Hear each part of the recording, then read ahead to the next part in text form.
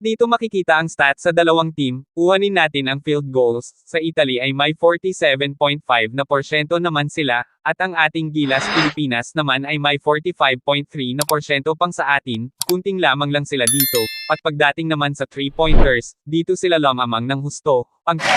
At hindi pa natin ito itutuloy mga idol, huwag sana makalimutan sa portahan at mag-subscribe sa ating munting YouTube channel, at pakidamay na lang sa pag-share, maraming salamat po.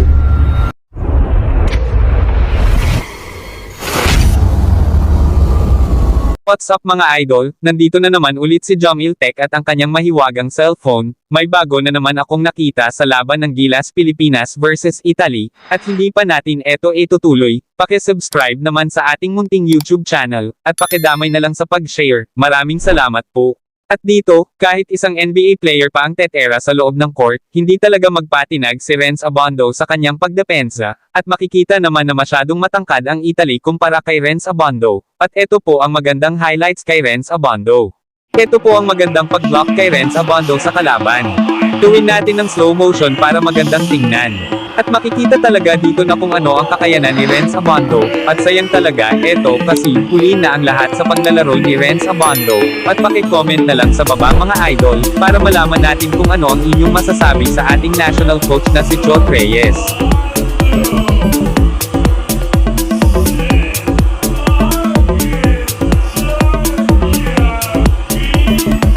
At dito, makikita talaga si EJ Edo at si Kiefer Ravena sa pagdepensa, at nakatalikod na lang sila sa isang Italian player, at hindi talaga namalayan na masyadong may open na pala, kaya easy 2 points na lang at may kasamang panang dunk, at eto po ang nangyari. At dito nakikita ng isang Italy player na malaking advantage sila sa loob ng court, kasi gumamit na si Coach Chot Reyes na maliliit na player sa Gilas, kaya madali na lang makapasok ang mga kalaban natin.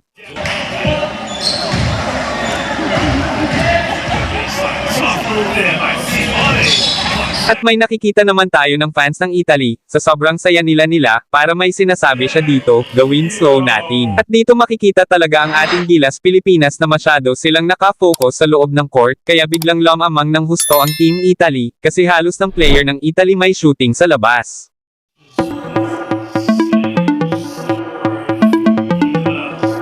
Sobrang ganda talaga ng shooting ng Italy sa labas, kaya hindi tayo masyadong nakahabol ng husto sa kanila, kasi walang shooting po tayo, at yan ang dapat nating gagawin sa susunod ng competition. At ito po ang final score ng laban ng Gilas Pilipinas versus Italy, at makikita dito ang score every quarter, kahit hindi maganda ang ating kampanya sa larangan ng basketball, kahit anong mangyari, lalaban parent tayo mga idol, laban Pilipinas, puso.